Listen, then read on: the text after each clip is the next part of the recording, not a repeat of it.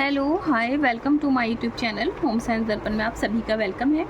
I hope आप सभी बहुत अच्छे होंगे और अपने आप स्टडी कंटिन्यू कर रहे हैं। जैसे कि हम क्लास 9 की बुक कवर कर रहे हैं और हमने लास्ट वीडियो में खनिज लवण का कवर किए हैं।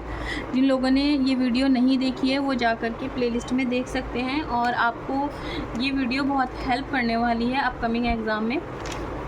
और जैसे कि 2024 का एग्ज़ाम है 18 जून को यूजीसी नेट का, तो आप ये वीडियो ज़रूर देख लें क्योंकि अब जो एग्ज़ाम होने जा रहा है वो ऑफ़लाइन मोड में होने जा रहा है। तो आपने अगर ऑफ़लाइन मोड के एग्ज़ाम उठाकर देखे हैं एग्ज़ाम पेपर 2018 से बिफ़ोर के, तो उसमें वन लाइनर क्वेश्चन भी सीधा सीधा पूछा जा चुका है। तो आप वो देख सकते हैं वीडियो जा कर के, जो आपको हेल्पफुल रहेगी। ठीक है, आज हम बात करने जा रहे हैं विटामिन के बारे में। ठीक है, और बहुत इम्पॉर्टेंट टॉपिक है ये, इससे काफ़ी क्वेश्चन बनते हैं। तो ठीक है, शुरू करते हैं। देखिए, इसमें जो है वो लूनिन और फंक का जो है अहम रोल रहा है 1880 में, और 1912 में फंक महोदय ने इसमें खोज की है। कैसिमर फंक जिन्हें हम कहते हैं। ठीक है, तो जो अगर हम बात करें कि जो विटामिन सिद्धांत की थ्योरी दी थी तो वो फंक ने दी थी और हॉपकिंस ने दी थी। हॉपकिंस ने, आपको मालूम होना ज़रूरी है क्योंकि क्वेश्चन का स्टैंडर्ड अब काफ़ी मॉडरेट हो चुका है, तो हमें कोई भी पॉइंट को नहीं छोड़ना है। तो ठीक है, शुरुआत करते हैं। एक ऐसा पोषक तत्व जो अत्यंत अल्प मात्रा में ताज़े खाद्य पदार्थ में पाया जाता है, मतलब इसकी क्वांटिटी बहुत ज़्यादा छोटी रहती है, मतलब स्मॉल पोर्शन रहता है। विटामिन वास्तव में कोई आहार नहीं है, ये कोई आहार नहीं है। इससे ना तो हमें ऊर्जा मिलती है और ना ही ऊष्मा। इसके अतिरिक्त ये शरीर के घिसे भागों की मरम्मत में भी कोई योगदान नहीं देता, क्योंकि आपको पता है कि कोशिकाओं की जो टूट फूट है उसमें प्रोटीन का अहम रोल है। उसके बाद में ऊर्जा के लिए हमें कार्बोहाइड्रेट चाहिए, फैट चाहिए। फिर भी सभी जीवन क्रियाओं को संतुलित रखने और स्वाभाविक रूप से चलाने रहने के लिए भोजन में इसका होना अत्यंत आवश्यक है, मतलब नितांत आवश्यक है। विटामिन की खोज एन.एल. लूनिया नामक वैज्ञानिक ने 1880 ईस्वी में की थी, और विटामिन का जो नेम है वो कैसिमर फंक वैज्ञानिक ने दिया था। रासायनिक प्रक्रिया के रूप में कैटालिसिस जो है वो के रूप में ये व्यवहार करते हैं। ठीक है, उसके बाद में इसकी लोश मात्र की उपस्थिति से शारीरिक क्रियाओं में तीव्रता आती है, परंतु इसमें स्वयं कोई परिवर्तन नहीं होता है। ठीक है, इसमें स्वयं कोई परिवर्तन नहीं होता है। प्राकृतिक रूप से साधारण साग सब्जियां, ताज़े फल, ठीक है, और दूध, मांस, मछली, अंडा, अंकुरित अनाज, नींबू, संतरे तथा टमाटर आदि में पाया जाता है। कृत्रिम रूप से इनका निर्माण अब रासायनिक प्रयोगशाला में भी होने लगा है। आपने देखा होगा कि आप मार्केट में आप विटामिन ई का कैप्सूल, विटामिन ए का कैप्सूल, विटामिन डी का, इतने सारे सप्लीमेंट्स अब मार्केट में मौजूद हैं। तो वो केमिकल ही करके बनाया जाता है, केमिकल की प्रोसेस करके प्रयोगशाला में, जिसे हम कहते हैं कि हमें अगर बॉडी में कोई डिफिशियंसी हो जाती है तो डॉक्टर हमें अलग से सप्लीमेंट कहते हैं ना कि आप अपने डाइट में ये तो खाना इंक्लूड कीजिए ही, उसके साथ में आप जो है वो ही सप्लीमेंट भी ले सकते हैं। ठीक है, घुलनशीलता के आधार पर इन्हें दो भागों में बांटा जाता है। ठीक है, क्या? वाटर सेलुबल और फैट सेलुबल। ठीक है, तो वाटर और दूसरा है वसा या तेल में। प्रारंभ में इसका नामकरण वैज्ञानिक ने अंग्रेजी वर्णमाला के अक्षरों पर ही किया था, जैसे vitamin E, vitamin A, B, C, ये सब क्या है जो आपके अल्फ़ाबेट होते हैं उसी के आधार पर किया था। इसके रासायनिक नामकरण भी हो गए हैं। इनमें विटामिन ए, सी, डी तथा ई के वसा में घुलनशील है, और बी और सी जो है वो वाटर सॉल्यूबल है। ठीक है, तुम्हें ये जानकर आश्चर्य होगा कि अपने खाद्य पदार्थों को अधिक पकाने से तथा उनको बासी रखने से ये विटामिन की मात्रा में कमी आ जाती है या फिर ऑलमोस्ट नष्ट ही हो जाता है। ठीक है, अब बात कर लेते हैं हम विटामिन ए के बारे में।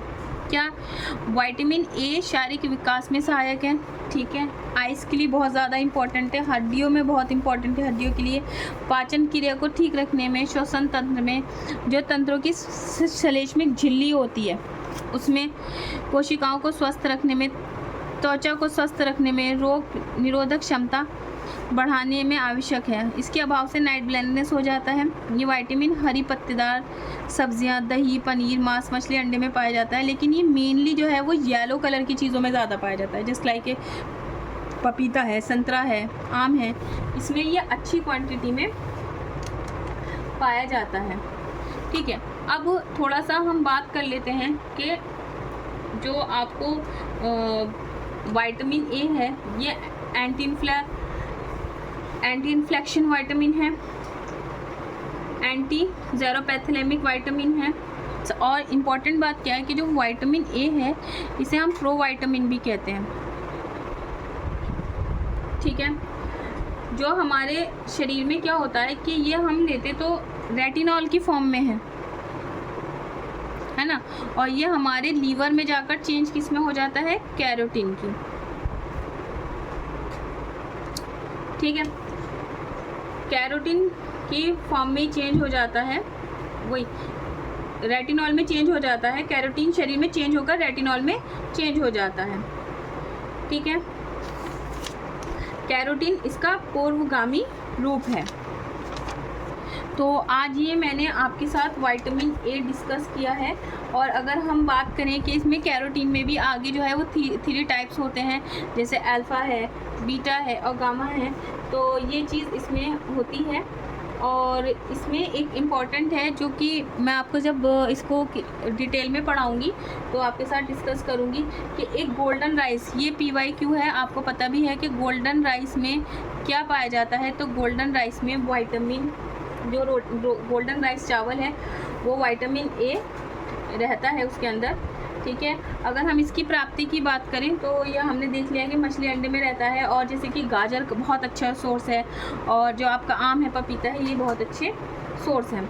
अच्छा, यहाँ पे बात की गई है नाइट ब्लाइंडनेस, लेकिन इससे और भी बहुत सारे आइस की डिफिशेंसी होती है, जैसे जस्ट लाइक नाइट ब्लाइंडनेस तो है ही, ज़ीरोप्लेथिलीमिया है, बायोटाइट स्पॉट है, फोटोफोबिया है। अच्छा, आप नेट की तैयारी कर रहे हैं तो ये PYQ है नेट का कि फोटोफोबिया के बारे में पूछा जा चुका है, ठीक है। फोटोफोबिया, इसमें होता क्या है कि इसमें जब आँख पर प्रकाश पड़ता है तो आँख असहज महसूस करती है, ठीक है, और दर्द होता है, ठीक है। और इसे हम हीलोफोबिया भी कहते हैं, हीलोफोबिया भी कहते हैं। ये मैंने आपके साथ इसलिए डिस्कस किया क्योंकि जो अब कमिंग एग्ज़ाम है तो ये आपको उसमें हेल्प करने वाला है। उसके बाद में है ज़ीरोसिस कंजक्टिवा होता है, कार्निया ज़ीरोसिस होता है, क्रेटोमलेशिया होता है, ग्लूकोमा होता है, कॉर्नियल स्कार होता है। ये देखिए इस तरह से आते हैं, ये क्रम से लगाने के लिए आता है कि आपको इधर जो है वो दे दिया है कि कौन सा इसका क्रम है और उसको नीचे हमें सेलेक्ट करना होता है। तो ये वीडियो आपको कैसी लगी ज़रूर बताइएगा। नेक्स्ट हम बात करेंगे विटामिन बी के बारे में। अच्छा, मैं आपको थोड़ा सा इसके बारे में बता दूं कि इस मनुष्य को प्रतिदिन 3000 से 5000 इकाई विटामिन जो है वो ए चाहिए, जो उससे सही 1/4 लीटर दूध और 300 ग्राम मक्खन से और 210 ग्राम टमाटर से, 60 ग्राम पालक से, कॉड लिवर आई से प्राप्त होता है। अच्छा, यहाँ मैं थोड़ा सा आपको डिस्कस कर लेती हूँ, इसी पे डिस्कस कर लेती हूँ। देखिए विटामिन ए लिख के कि ये चलिए पहले मैंने वुमेन लिख दिया, हालांकि मैन लिखना था, कोई बात नहीं, कि ये वुमेन को कितना चाहिए पर डे। ये मैं RDE 2020 के अकॉर्डिंग बात कर रही हूँ, ठीक है।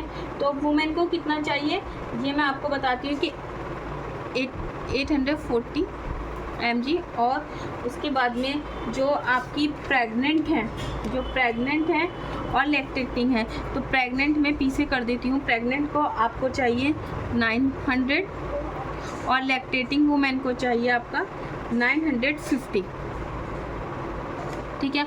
अच्छा, मैन की बात करते हैं तो मैन को जो ये चाहिए होता है वो 1000, सॉरी ये मैंने वुमेन को हमें 840 लिखना था और मैन को चाहिए हमें 1000 एंड ठीक है। तो ये मैंने आपको ऑडी 2020 के अकॉर्डिंग बताया है। अच्छा, ये चीज़ गर्ल्स के लिए यानी कि जो 16 से 18 साल की हैं उनके लिए भी हो जाता है। तो उनके लिए चाहिए 16 से 18 साल की गर्ल्स के लिए बात करूं तो 860, ठीक है। तो ये मैंने आपके साथ डिस्कस कर लिया। Thank you so much for watching video. Please like, subscribe, share my video. Thank you so much.